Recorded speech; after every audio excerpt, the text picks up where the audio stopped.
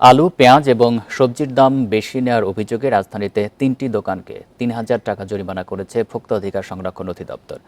শনিবার সকালে রাজধানীর হাতেরপুল বাজারে এই জরিমানা করা হয়। ভোক্তা অধিদপ্তরের সাথে বাজার পরিদর্শনে অংশ নেয় বিভিন্ন শিক্ষা প্রতিষ্ঠানের শিক্ষার্থীরা। প্রিয় নম্বর সেট করে বিকাশে সেন্ড মানি করুন ফ্রি। ভোক্তা অধিদপ্তরের কর্মকর্তা বলেন, বাজারের দোকানিরা কোনো রসিদ ছাড়া পণ্য সরবরাহ করছিলেন। তবে খুচরা ব্যবসায়ীদের দাবি, পাইকাররা তাদেরকে কোনো পাকা রসিদ দেয় না। ক্রেতারা অভিযোগ করেন, অভিযানের সময় দাম কমানো হয়, পরে আবার বেড়ে যায়। এদিকে ভোক্তা অধিদপ্তরে আরও জনবল বাড়িয়ে বাজার তদারকি বাড়ানোর দাবি জানায় শিক্ষার্থীরা। কাঁচামালের কোনো স্লিপ দেয় না, এই কারণে বলছি যে কারণ বাজার আপনারা ঠিক করেন, কারণ বাজার স্লিপ দিতে বাধ্য করেন। এটা কখনোই কম বলে না।